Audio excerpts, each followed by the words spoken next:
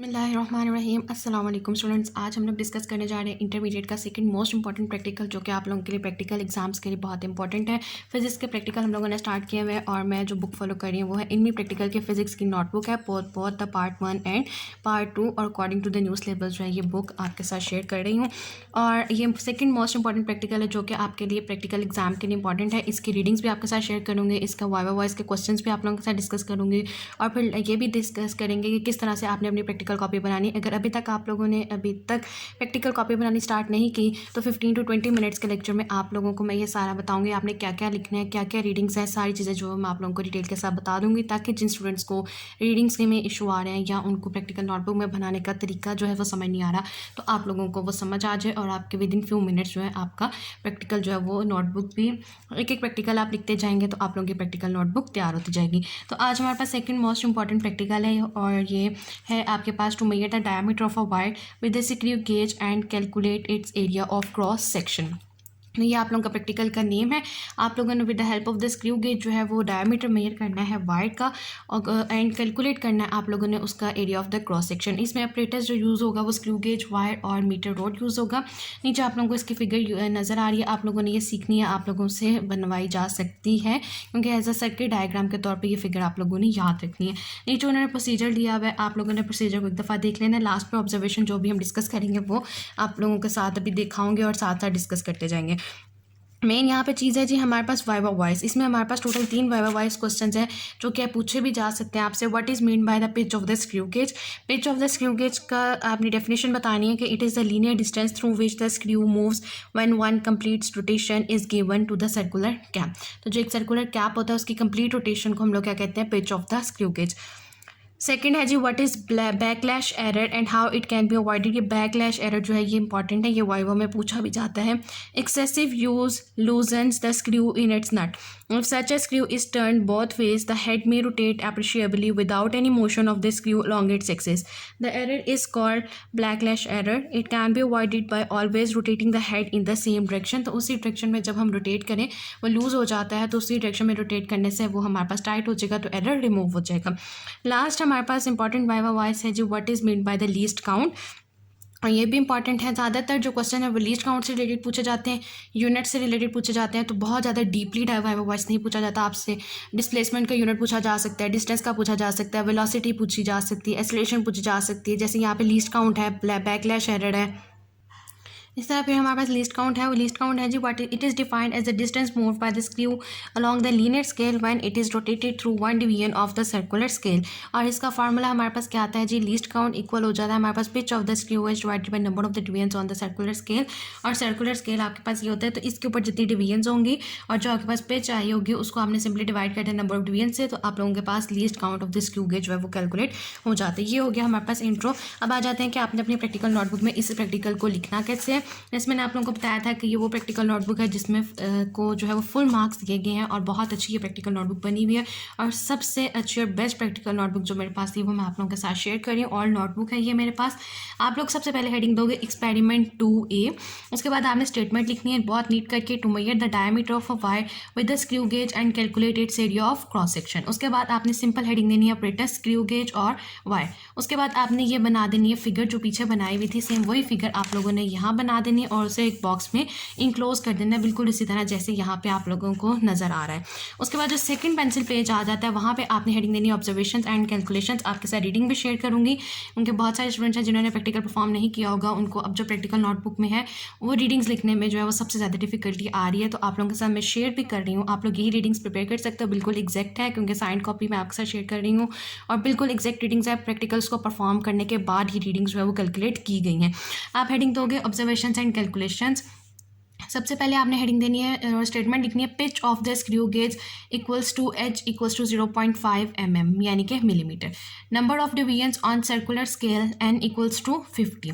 क्योंकि जहाँ यहाँ पे जो हमारे पास स्क्रू गेज इस रीडिंग्स को कैलकुलेट करने के लिए यूज़ किया गया, उसकी number of divisions on circular scale 50 थी और पिच उसकी 0.5 मिलीमीटर थी। तो हर स्क्रू गेज की ये वेरी करती हैं। ये आप लोगों को इस प्रैक्टिकल में जो परफॉर्म हुआ है वो रीडिंग्स दी जा रही है। लीस्ट काउंट इक्वल होता है हमारे पास, अभी हम लोगों ने पढ़ा page over number of divisions, हमने सिंपली डिवाइड किया तो आपके पास लीस्ट काउंट आ जाएगा 0.01 मिलीमीटर।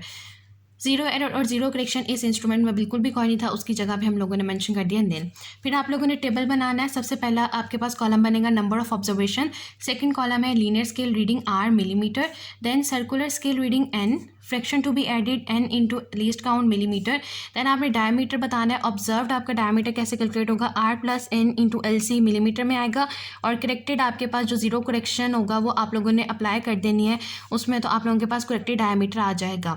सबसे पहली रीडिंग जो थी उसमें लीनियर स्केल रीडिंग आई थी 2 मिलीमीटर, उसके बाद circular scale reading 29, fraction to be added 0.29 और आर ऑब्जर्व्ड फार्मूला में वैल्यू अप्लाई करने के बाद हमारे पास आया 2.29 और करेक्टेड भी हमारे पास सेम वही रहेगी। और सेम रहने की वजह कि हमारे पास जीरो एरर बिल्कुल नेल था तो जीरो करेक्शन भी नेल हो जाएगी। तो ये तीनों आप लोगों ने सेम रीडिंग्स लिखनी है। आप लोगों की सेम रीडिंग्स जो है वो इसमें आएंगी 229, 0.29, 2.29, 2.29। 3 मैक्सिमम रीडिंग स्क्रू गेज वाले में आपने लिखनी है। जिसमें आपने ग्राफ प्लॉट करना होता है उसमें मैक्सिमम 7 to 8 रीडिंग्स कैलकुलेट करनी होती है, जैसे इससे पहले वाले लेक्चर में हमने डिस्कस किया था।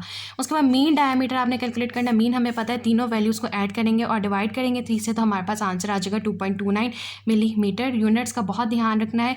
नेक्स्ट है जी radius of wire. Radius of wire है जी हमारे पास d divided by 2 equals to 1.145 millimetre. Cross section area of the wire और कैसे कैलकुलेट होगा, a equals to pi R square. ये फॉर्मूला भी याद रखना है आपने। जब अपने प्रैक्टिकल में अगर ये क्वेश्चन आ जाता है तो आपको क्रॉस सेक्शन एरिया का फॉर्मूला पता होना चाहिए, pi R square, pi equals to 3.1416।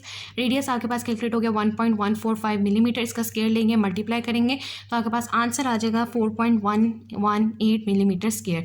Then आप हेडिंग देंगे रिजल्ट की। आपके पास रिजल्ट आएगा diameter of wire is 2.29 millimetre and area is 4.19 millimetre square. जो उन्होंने आपसे इसमें पूछा कि major the diameter and calculate its area of cross section, तो दोनों चीज़ें आपने कैलकुलेट कर ली। तो ये हो गया जी हमारे पास पेंसिल पेज। सबसे पहले एक्सपेरिमेंट नंबर 2A ऑपरेटर्स, उसके बाद आपके पास फिगर आएगी, ऑब्जर्वेशन एंड कैलकुलेशंस और ऑब्जर्वेशंस ये भी आप लोगों के साथ शेयर कर दिया। और मेजॉरिटी लोग जो है ये चीज़ें शेयर नहीं करते, मैं आप लोगों के साथ ये शेयर कर रही हूँ ताकि आप लोगों को अपने प्रैक्टिकल एग्जाम के लिए आसानी हो सके।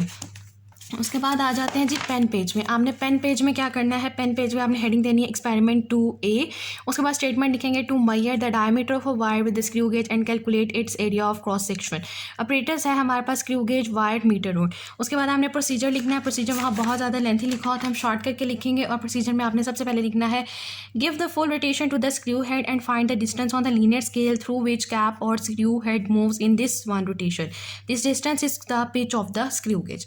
Pitch divided by total number of deviations on circular scale gives the least count. Rotate both screws till both jaws meet and not zero reading. This is zero error of the screw gauge. The zero error will be positive and zero correction will be negative. If zero error is negative, then the zero correction will be positive. तो ये vice versa जो होते हैं आते हैं। Place the wire in the gap AB and turn the screws till the wire press gently. Take readings of the linear and the circular scale. The observed diameter is equal to linear scale reading plus the product of circular scale reading and least count. Find diameter at number of places and apply zero correction to each observed diameter and get the corrected diameter. Find the radius of the wire and find area of cross section using the relation area of cross section equals to pi r square. Last में आप heading देंगे precautions की। और precautions आपने लिखनी है do not press the screw too hard, remove the kinks of the wire, the zero correction should be applied, always revolve the screw in same direction to avoid backlash error, take 2 readings perpendicular to each other at each place on the one. ये होगी हमारे पास precautions. और ये आप लोगों के साथ मैंने शेयर किया है सेकंड मोस्ट इंपॉर्टेंट प्रैक्टिकल जो कि बोर्ड एग्जाम्स में अमूमन पूछा जाता है और इंटर के लिए ये हमारे पास इंपॉर्टेंट है। रीडिंग्स भी शेयर कर दी, किस तरह से आपने प्रैक्टिकल नोटबुक में इस प्रैक्टिकल को लिखना है वो भी आप लोगों के साथ शेयर कर दिया। मुझे उम्मीद है कि आप लोगों को आज का लेक्चर, आज की वीडियो भी पसंद आई होगी और आप लोगों के इस प्रैक्टिकल एग्जाम में इंशाल्लाह काफ़ी हेल्प भी हो जाएगी। इन केस कोई क्वेश्चन है, क्वेरी, डिफिकल्टी तो आप लोग मुझसे पूछ सकते हैं। मेरी तरफ से मुकम्मल कोशिश होगी कि आप लोगों को गाइड कर सकूँ। और लास्ट में मेरी आप सबसे ये रिक्वेस्ट होती है काइंडली प्लीज चैनल को जरूर सब्सक्राइब कर दीजिए, वीडियो को लाइक कर दीजिए और ज़्यादा से ज़्यादा शेयर कर दें। Thank you.